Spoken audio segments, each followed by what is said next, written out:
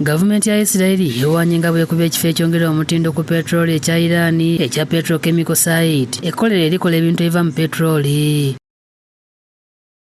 צה"ל תקף כעת בעוצמה את המתקן הפטרוכימי הגדול ביותר באיראן.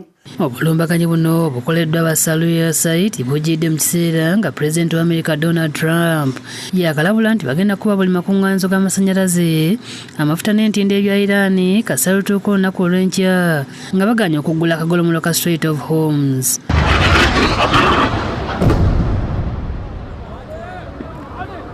Trump mu kwewera n'okwewaga ategeeza nti olunaku olw'enkya lwakusaanyaawo amakuŋŋaanyizo g'amasannyalaze ssaako n'entindo mu lunaku lumu.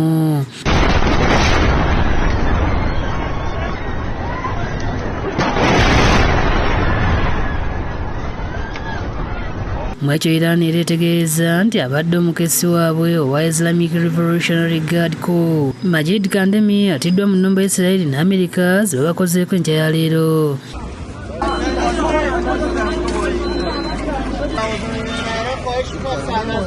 Kino Israeli ekakasizza nti yeemuse. עודכנתי על ידי הרמטכ"ל שצה"ל סיכל הלילה בטהרן את מג'יד חדמי.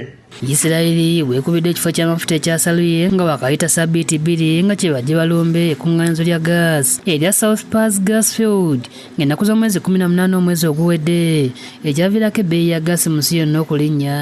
Download the app on App Store or Google Play Store now. Vision Digital Experience, the future of media.